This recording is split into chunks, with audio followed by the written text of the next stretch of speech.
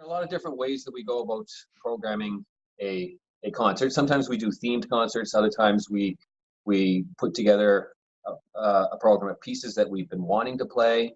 And then, like for this particular concert, we really wanted to add in the Beethoven Kreutzer Sonata. That was a piece that we toured. It was actually on our first tour we ever did in 1997. Right, yeah. And our first real tour, like it was across the country. It was a lot of fun for us when we played the Beethoven Kreutzer, and then we never played it since. We haven't played it ever since, except we used the first movement for a DVD video in 2008. So we haven't performed it live since. And it's maybe the greatest violin sonata of all time. So it was overdue to come back. It's amazing. Yeah. The other major work would be the Matthew First Sonata Number 3. And, sometimes we debate when we're putting a concert together, do we put on new music or not, right? Because not everybody wants to hear new music. Sometimes they want to hear only stuff that they know. And it's a tough balance between what presenters want, what audiences want, what we want. And it's a fine line. But this piece was written for us. We premiered it in 2012, I think. I think so, yeah. It was written in 2011. And we actually commissioned 3 sonatas and a showpiece from Matthew First. So we're big fans of his music. And the really interesting thing about this, I mean, we could get into the structure and talk about compositionally, but I think what's more exciting is his musical expression. He uses the complete range of both instruments, the highest register, the lowest register, the softest. Interesting techniques on the violin and the piano. Very exciting and physically challenging. It's about 15 minutes long. Very effective. 15, it's longer than that. No, I think it's about 15. It feels like it's about half an hour. It's so demanding physically, but it's a great piece. Yeah, the last movement, there's nothing written like it. It's, when my wife heard me practicing it by myself, she's like, I don't think this is going to work. But then when she heard it together with piano, she's like, that is really, really exciting. Mm-hmm. So the sound of it all together is unlike really the 2 instruments. It's not really something that most composers have created that kind of a sound. Matt's an old friend of ours. Yep. Did his doctorate at Juilliard. And his craft is impeccable and exquisite.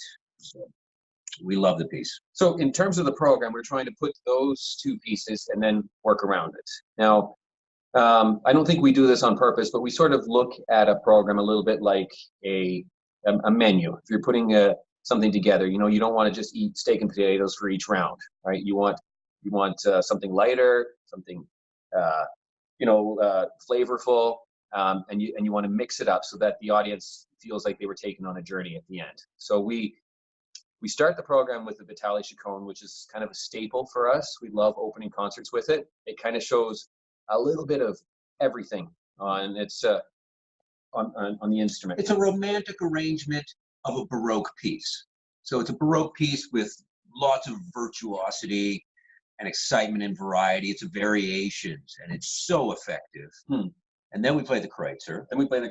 And then which is really the steak, or your main course, would you say? And then the second half, we just threw in a couple of light pieces. I think we're starting with the Fiocco. It's just a 2-minute little Baroque. It's actually, I think it's a grade 9 or grade 10 RCM piece. But some of my favorite things are you take those pieces that you learned as a young child, and then you add something to it, and it ends up being a very nice showpiece. Actually, take it a little quicker and add some mordants and make it so that makes for a nice little start to the second half. Kind of lets the audience know that we're going to have fun in the second half. Mm-hmm. And then we put Matt's piece in, and which is a little bit more serious, but at the same time very, very exciting. And then we found this arrangement of the Chopin Waltz, which I had never heard anybody play this, right? No. It was other than solo pianists, of course. Yeah, solo pianists, of course, but not the violin and piano version. Yeah, I was unaware of it. But it's kind of like a little sorbet, you might say. And it's so beautiful and accessible. Yeah, and then we wanted to add in something showy. to end the concert. We are putting the Bazzini on. Correct. Yeah. So we're going to end with this piece, La Ronde des Lutins, The Dance of the Goblins by Bazzini, which is this, when I was a kid, it's like my favorite showpiece on the violin. It's just kind of this fireworks piece. Yeah, I never actually thought one day I would ever be able to play it.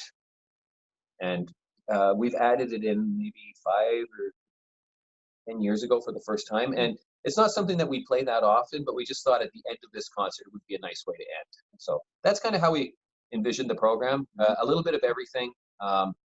Go serious, go less serious, and have some fun.